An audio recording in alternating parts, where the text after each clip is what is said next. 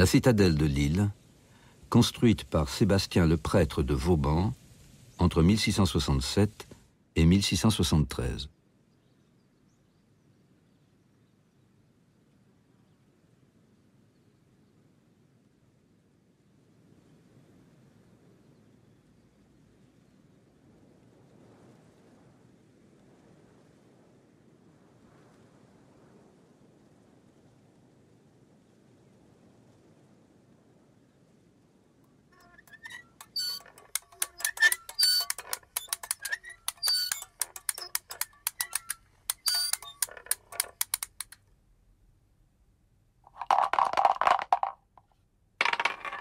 C'est un jeu de loi du XVIIIe siècle. Case après case, on y apprend les définitions et les formules, aujourd'hui oubliées, de l'architecture militaire. Construire une citadelle. Calculer l'angle d'un bastion. La longueur d'une courtine. Assiéger et faire tomber une place forte. La fortification selon la méthode de M. de Vauban. Une science de l'attaque et de la défense mêlée, que Vauban n'a pas inventée, mais qu'il a si bien pratiquée qu'il en est devenu le symbole. Né en 1633, il se rend d'abord célèbre comme preneur de place. En août 1667, il joue un rôle majeur dans le siège de la grande ville de Lille, alors flamande, qui tombe au bout de 9 jours. Vauban se voit alors préféré à l'ingénieur militaire jusque-là chargé des fortifications. C'est lui que le roi Louis XIV choisit pour bâtir la citadelle qui doit assurer sa nouvelle conquête. Il a 34 ans. Il n'a encore rien construit. L'opération est menée tambour battant. Début novembre, le plan de Vauban est accepté par le roi. Fin novembre, on plante les piquets et on tire les cordes matérialisant le tracé sur le site, un terrain marécageux à l'extérieur des remparts de la ville.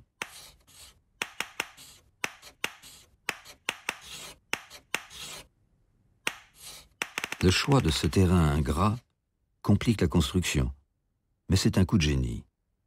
Un marais et une rivière offrent à la citadelle une protection naturelle côté campagne. L'assaillant devra l'attaquer du côté de la ville, ce qui l'oblige à prendre la ville d'abord. Vauban fait un autre choix audacieux en plaçant la citadelle beaucoup plus loin de la ville qu'on ne le faisait alors. En prolongeant les remparts de la ville jusqu'à la citadelle, il crée entre les deux un grand espace vide. Si l'assaillant parvient à prendre la ville, il devra attaquer la citadelle à travers cette esplanade où il est complètement à découvert.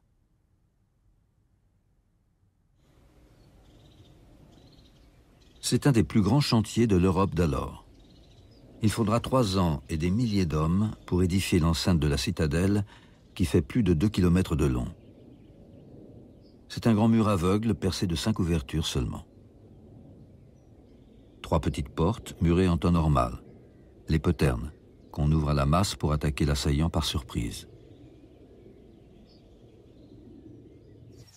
Une grande porte dite de secours, côté campagne, permettant l'évacuation ou l'arrivée des renforts. Et une porte monumentale côté ville, un véritable arc de triomphe, montrant aux Lillois la splendeur de Louis XIV. Et marquant toute l'importance que le roi attache à la nouvelle construction, qu'on appellera bientôt la reine des citadelles.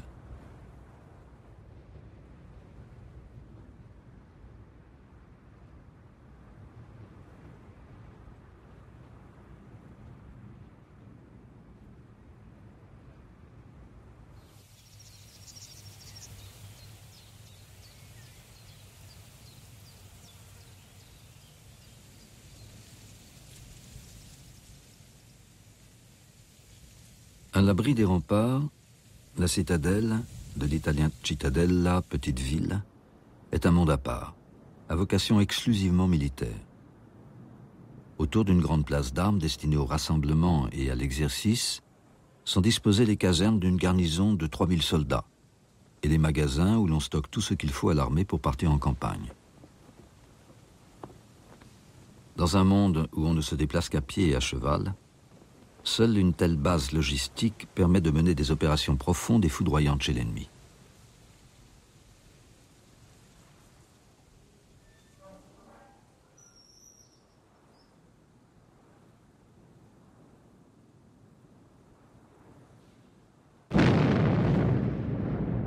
L'art de la guerre est alors placé sous le signe de l'artillerie, qui sème la terreur depuis le début du XVIe siècle.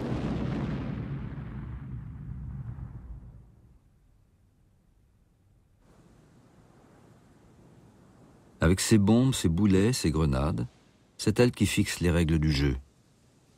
Toute l'architecture militaire est conçue pour résister aux tirs du canon et du mortier. La forteresse ne s'élève plus à la verticale comme à l'époque médiévale. Elle se développe à l'horizontale, faisant profil bas pour se dérober au regard et aux tirs de l'ennemi. La construction elle-même change de nature.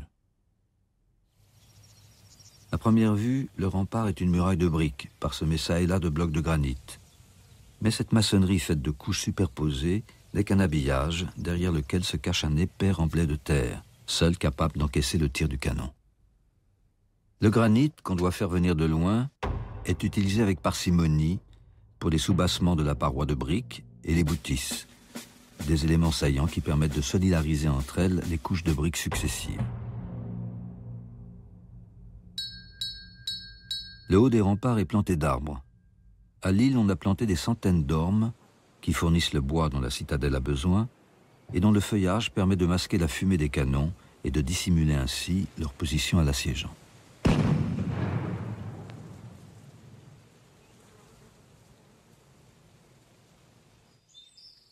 Côté intérieur, le rempart est longé par un chemin pour déplacer hommes et matériel.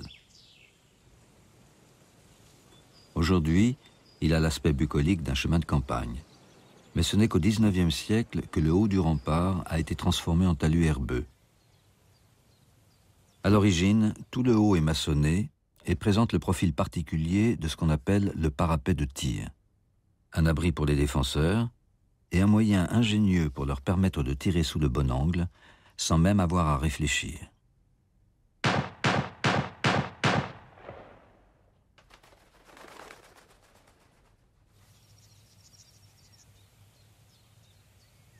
Le granit est aussi utilisé pour renforcer les angles, par définition plus fragiles, plus susceptibles de céder sous les coups du canon. À l'origine, ces angles étaient surmontés de guérites de pierre pour le guet, démolies elles aussi au XIXe siècle.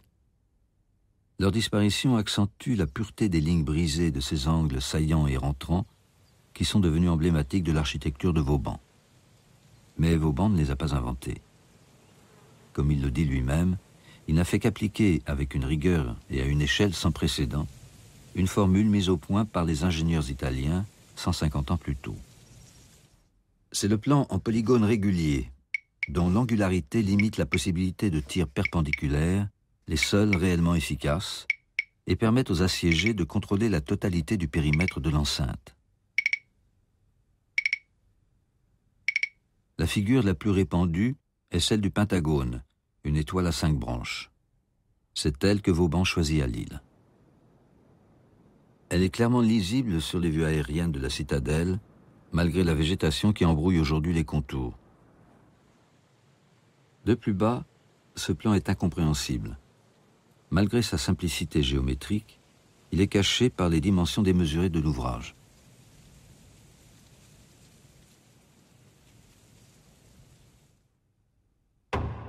L'enceinte fortifiée est faite de 5 saillants, les bastions, d'où son appellation de fortification bastionnée, reliés par 5 murs, les courtines, dans lesquels sont percés les poternes et les portes.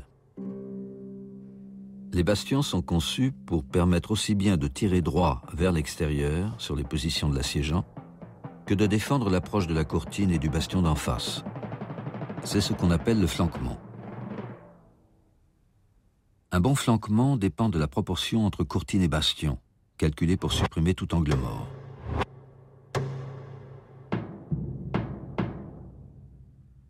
Si les assaillants parviennent jusqu'au pied d'un bastion, ils sont pris sous le feu des canons du bastion opposé, que l'on charge à mitraille, ferraille et clous, pour tuer les hommes sans abîmer son propre rempart.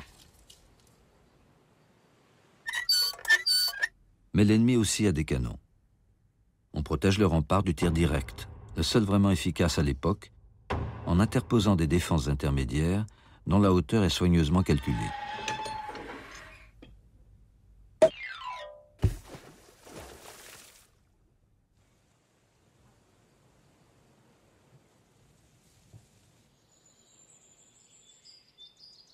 On appelle ces défenses extérieures à l'enceinte les dehors. Vauban leur accorde une importance toute particulière. Certaines ne sont que de simples talus, d'autres des ouvrages maçonnés, construits selon les mêmes principes que les remparts. Étagées en profondeur, elles dessinent un autre polygone autour de la citadelle. Au pied des remparts, protégeant les courtines, s'élève une première série d'obstacles qu'on appelle les tenailles. Devant les tenailles, on place de grands ouvrages en V, les demi-lunes, complétés plus tard par des constructions similaires protégeant les bastions, les contre-gardes. Enfin, un dernier périmètre est constitué d'un talus de terre en pente douce, le glacis.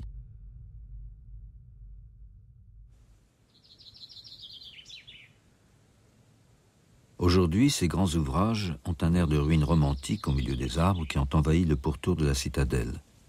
Mais à l'époque de Vauban, ces défenses dominent un espace constamment entretenu pour rester nu de toute végétation.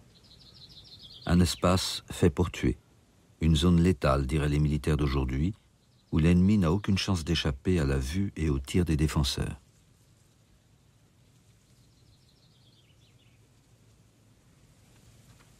Les grandes défenses en V ne peuvent pas être retournées, comme disent les soldats, c'est-à-dire utilisées par l'assiégeant contre l'assiégé au cas où il parviendrait à s'en rendre maître. Fermées côté ennemi, elles sont ouvertes côté citadelle, n'offrant aucune protection à l'assaillant, que le défenseur peut tirer comme un lapin.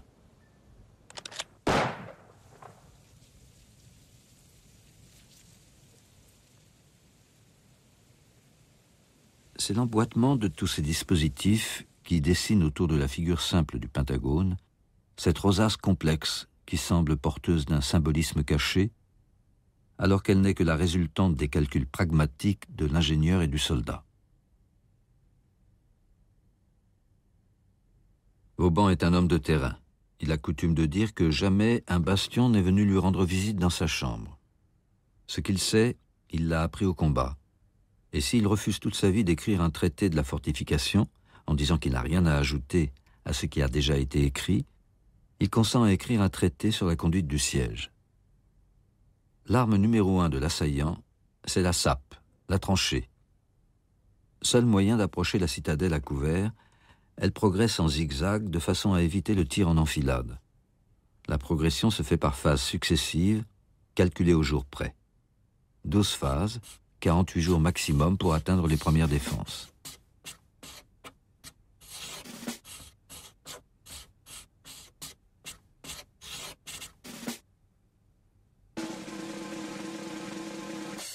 C'est un combat livré avec des armes moins glorieuses que l'épée et le fusil, un fastidieux travail de remueur de terre. Cette approche méthodique vaut à Vauban le mépris des maréchaux qui préfèrent l'assaut sabre au clair, mais elle permet d'économiser des vies humaines. De la sueur plutôt que du sang, écrit Vauban.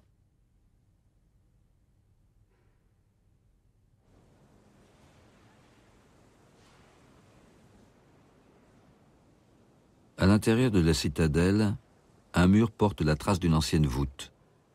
Elle couvrait un aqueduc créé par Vauban. Aujourd'hui disparu, il traverse toute la citadelle et fait tourner les roues de son moulin.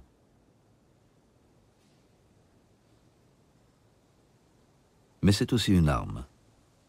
Grâce à un système de vannes et de canaux, il permet à Vauban de contrôler le niveau d'eau d'un vaste réseau de fossés inondables dont il ne reste aujourd'hui que des vestiges. Commençant au pied des remparts, il enveloppe toutes les défenses extérieures. C'est l'avantage naturel du site choisi, l'eau y est abondante. Difficile de creuser des tranchées ou de charger en pataugeant.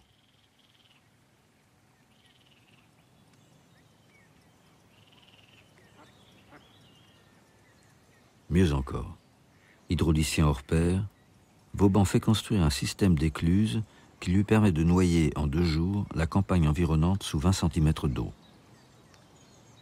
Dans ses rapports, Vauban parle de cette inondation, comme on dit alors, comme de son arme secrète, rendant la citadelle imprenable.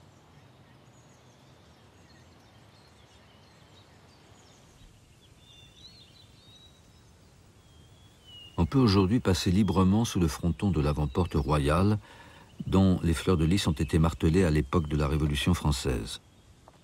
tout le périmètre des défenses extérieures est devenu un parc municipal. Mais le fronton démesuré de la porte royale elle-même marque toujours l'entrée d'un espace militaire.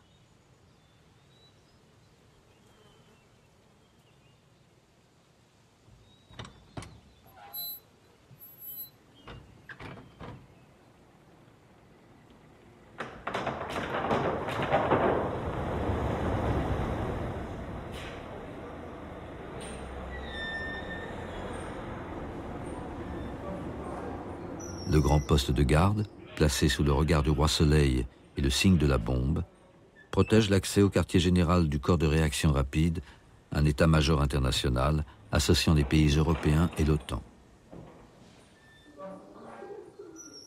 À l'intérieur, un autre fronton rappelle qu'on est ici dans la plus grande citadelle du roi de France. C'est une copie. L'original, victime lui aussi du zèle iconoclaste des révolutionnaires, trône aujourd'hui au bord d'un parking à l'arrière de la citadelle.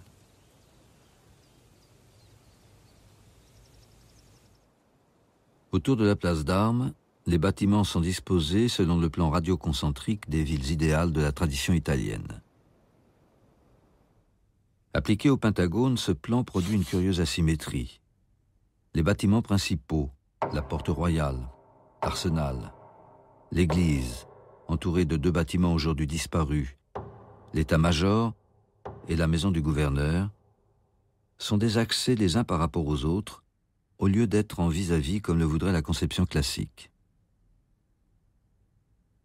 Ainsi, à l'autre bout de l'axe partant de la porte royale, on trouve une simple bâtisse faisant office de poudrière. Tout l'espace est ainsi tendu entre le monumental et le fonctionnel.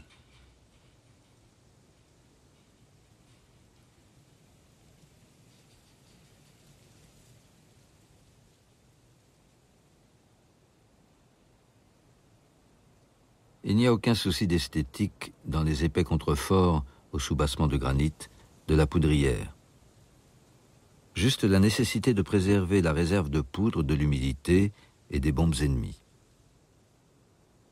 Ce bunker aux allures d'église romane incarne un fonctionnalisme à l'état brut, qui, à la différence du fonctionnalisme moderne, ne prend même pas la peine de s'ériger en programme esthétique.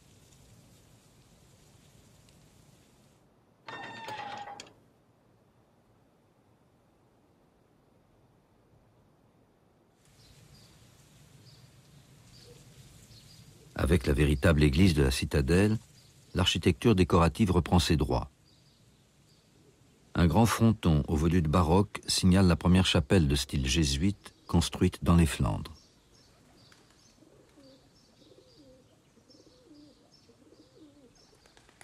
Du bâtiment du gouverneur qui jouxtait l'église ne reste qu'un bout de ruine. Au-dessus, bizarrement placée, une fenêtre incongrue. Elle remplace une porte qui à l'époque permet au gouverneur, Vauban lui-même, d'accéder directement dans la chapelle sans avoir à se mêler à la troupe. L'office est alors obligatoire pour tous les soldats.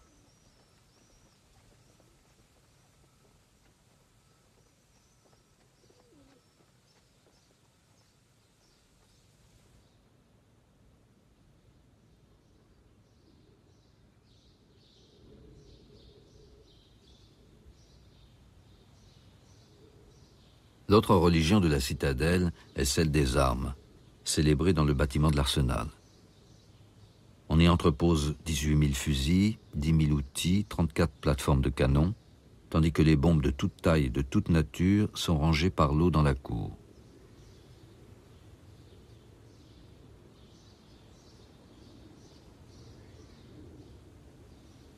Un portail encadré de colonnes toscanes rustiques met en scène la façade principale et ses armes.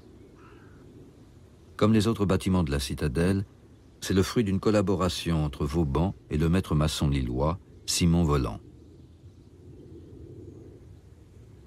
Entre la pierre taillée et la brique flamande, c'est une synthèse de 2 cultures, de l'exubérance flamande de ces masques grimaçants et de la froide allégorie dans le grand style français.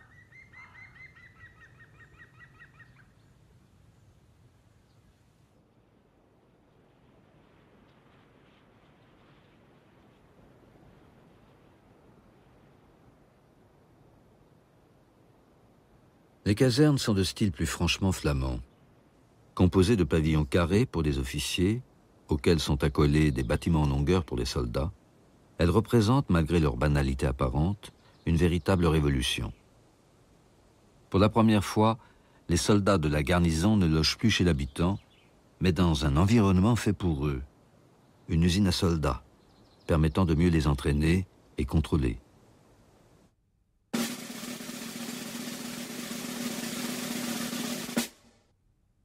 Douze bâtiments à l'identique, la volonté déjà de créer une caserne modèle qui par la suite pourrait être reproduite en série dans toutes les citadelles du royaume, comme le fera Vauban quelques années plus tard.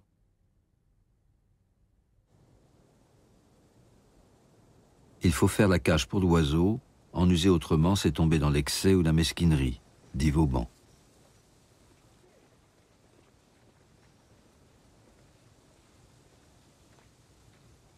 Pourtant, quelque chose ici échappe à cette règle de la juste mesure.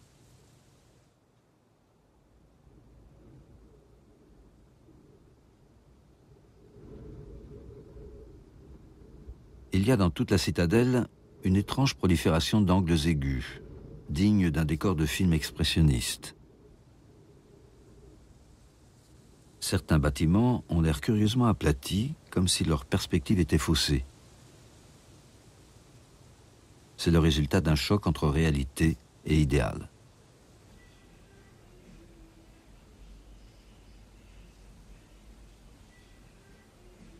Dans sa première grande œuvre construite, Vauban s'est laissé emporter par la passion géométrique. Il a voulu asservir la forme même des bâtiments au plan radioconcentrique, coupant pour cela leur extrémité en pointe, à ras des grands axes du Pentagone, un exploit rendu possible par l'habileté des maîtres maçons lillois.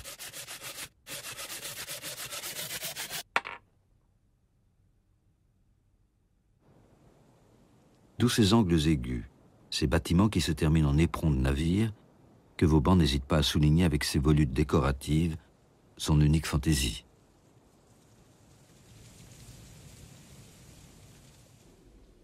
À l'intérieur, cela ne va évidemment pas sans quelques problèmes. Vauban ne recommencera jamais l'erreur et deviendra, dès sa citadelle suivante, un partisan résolu du bâtiment au carré qu'il dit être plus commode et plus facile d'usage.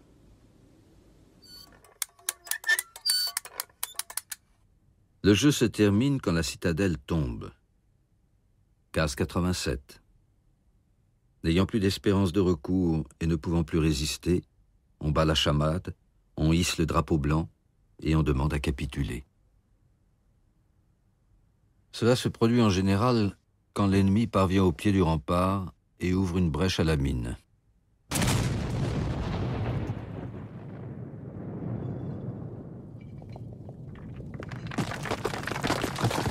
Cela n'est jamais arrivé à la citadelle. Elle n'a été assiégée qu'une seule fois par les Hollandais, auxquels elle s'est rendue, sur ordre du roi, bien avant qu'ils n'atteignent les remparts. Une reddition en toute courtoisie, les vainqueurs s'engageant par écrit à ne pas transformer la chapelle jésuite en temple protestant. C'était en 1708, un an après la mort de Vauban. Commencée ici, son œuvre de bâtisseur compte plus d'une centaine de places fortes construites ou aménagées à travers le royaume. Ces grands ouvrages nous semblent étonnamment modernes par leur sobriété et leur rigueur, mais leur véritable sens nous est devenu tout aussi énigmatique que la présence de ce taureau irlandais qu'on a mis à paître dans le fossé pacifié. Malgré ces millions de briques et de mètres cubes de terre remués, la citadelle reste une œuvre de circonstance, une réponse ponctuelle à une façon de faire la guerre qui sera à son tour dépassée, un instantané témoignant d'une époque révolue. La beauté de ce projet, c'est qu'on n'y propose jamais de pièces inutiles, écrit Vauban, et que partout où l'on peut éviter d'en faire, on le fait. C'est ce qui s'appelle fortifier par la raison.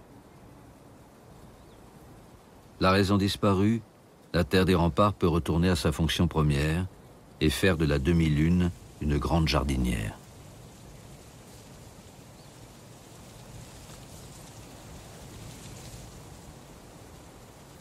Architecture contemporaine la semaine prochaine avec la Philharmonie de Luxembourg.